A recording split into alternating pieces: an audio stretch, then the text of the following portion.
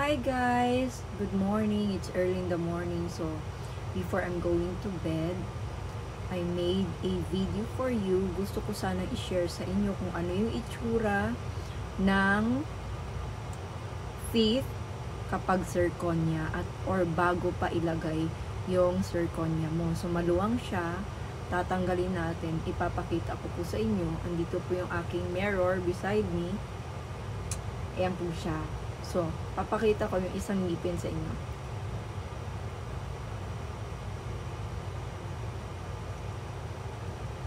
Ganyan po siya, guys. So, napansin nyo, yan po yung ngipin ko na original. Kinaskasan po yan. Dahil nga po ipapantay yung ngipin, papansakan po siya ng zirconia stones. Zirconia teeth. Okay, ganyan po siya, guys. Ha? Ayan. Kinaskasan. Yung iba, hindi pa nakadikit yan, guys. Okay?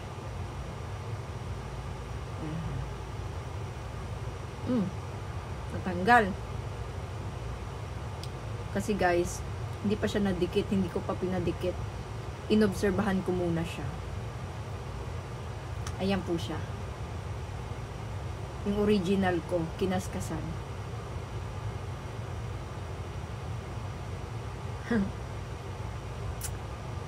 Ayan.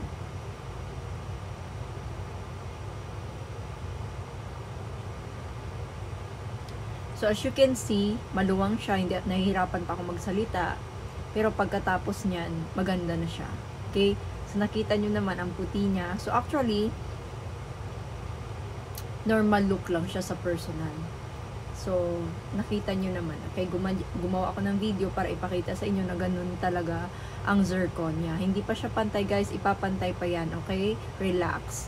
Kasi hindi pa siya tapos. So, ganyan po yung result ng zirconia. Nakita nyo na, guys, yung original tinakpan ng zirconia. Okay? So, 25,000 per teeth. Umabot po yan ng almost 800,000 pesos yung teeth ko. And together with including ng gamot, okay? And then may root canal po ako for the few teeth ko, kaya as you can see, sobrang mahal niya. Okay, so ayan po siya. Abangan nyo na lang po, guys. Okay, thank you very much for watching, guys, and see you on my next video to share. Ayan, ang luwang. Ipipaste pa yan, isi-cement pa. Abangan! Bye!